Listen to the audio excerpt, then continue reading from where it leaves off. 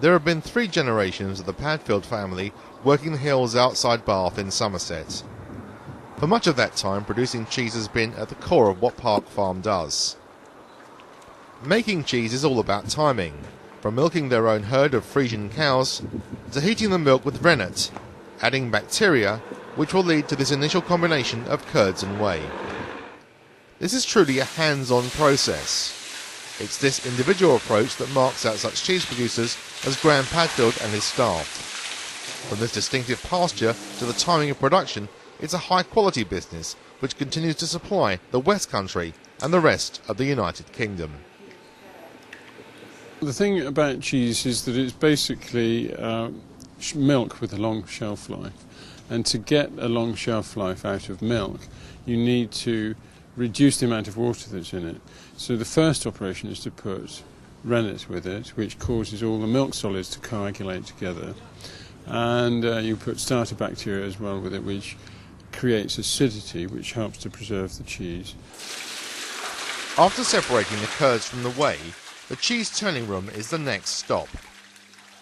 The process there is exactly what the title suggests, turning the cheese, allowing it to gain a consistency we would recognise in the shops. From milking the cow to putting it on sale, a product like Park Farm's Bath soft cheese is part of a rapid sequence.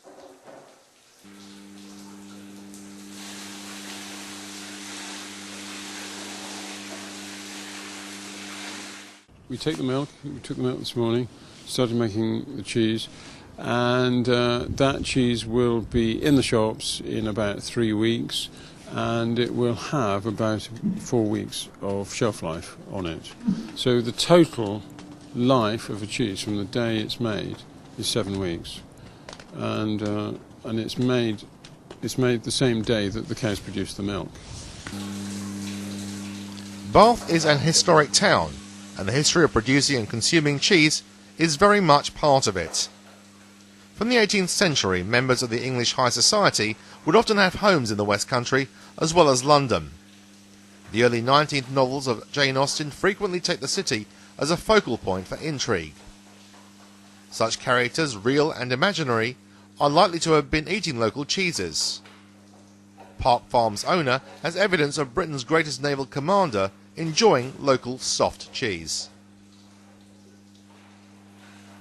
We know it was produced a couple of hundred years ago. We've got a letter, or a copy of a letter, dated 1801, to Admiral Lord Nelson from his father, saying, "I send you 2 cheeses of the Bath variety. I know that Lady Hamilton is much gratified by their flavour." So we know that it was made 200 years ago in Bath, and that's what we've tried to reproduce. Park Farm went organic some years ago. Graham Padfield, on his own admission, took this as a business decision as much as anything. Economic factors influenced his change.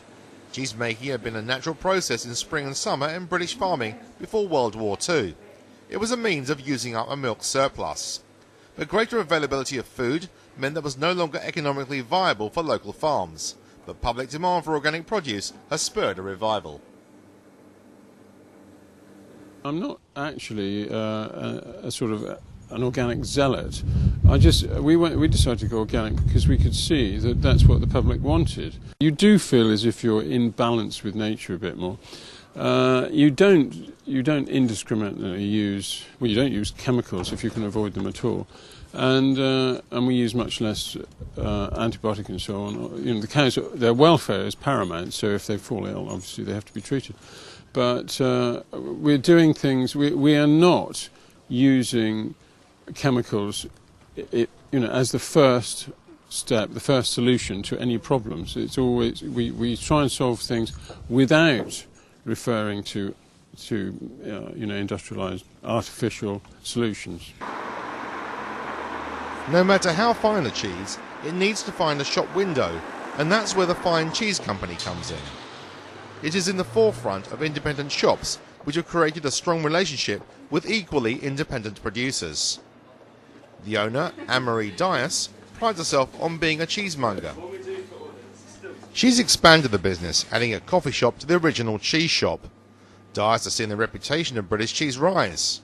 Although once considered dull, the shop in central Bath came into existence just as perceptions of cheese were changing. It's been here 20 years now.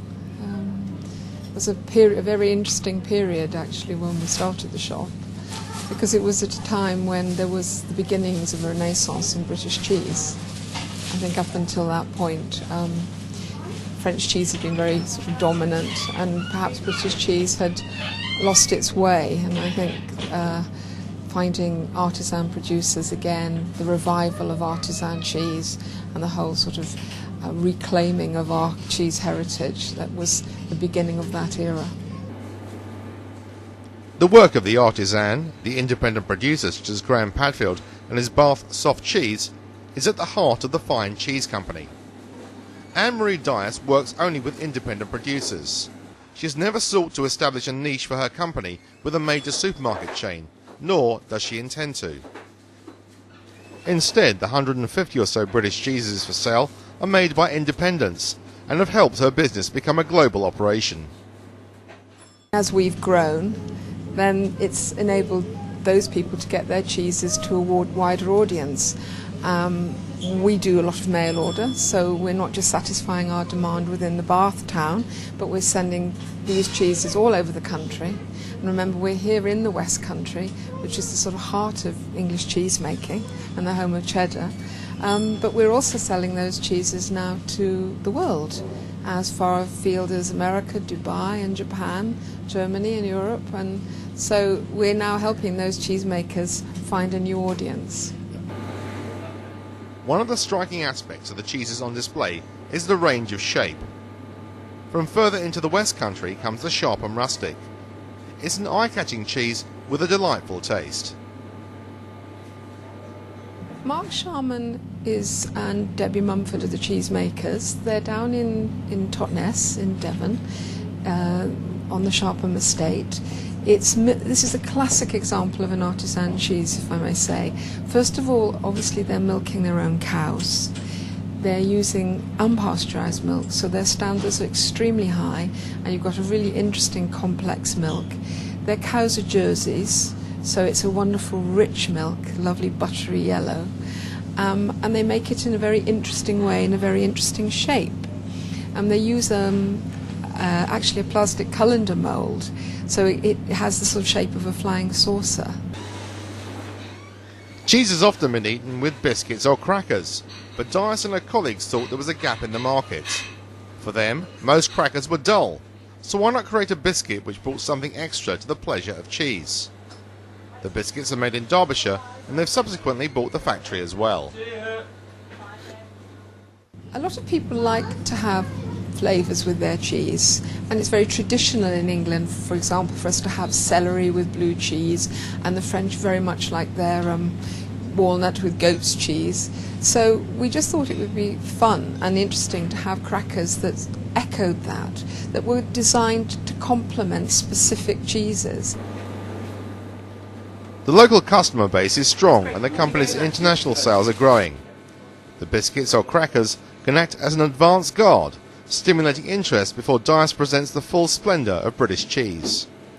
By the end of 2007, the Fine Cheese Company was selling its wares in 24 countries, with customer demand growing. You can see how you feel on the day. These are a good mix. They very much appreciate quality. You know, when they taste a proper handmade cloth wrap cheddar, a really excellent Stilton at Colston Bassett, everybody around the world can know, they can taste the quality in that. I don't think there's nothing boring about a great piece of cheddar or a wonderful piece of Stilton. But I think what excites them also is all the complexity that you can find in British cheese now. It just sort of broadens their horizons, and it certainly is broadening mine. The essence of this food chain, from Graham Padfield at Park Farm and its contemporaries in cheesemaking throughout Britain, and Anne-Marie Dias at the Fine Cheese Company, is that quality can bring rewards. These rewards are not only for a public interested in the full range of cheese eating, but in creating a viable livelihood for those who produce and sell British cheeses.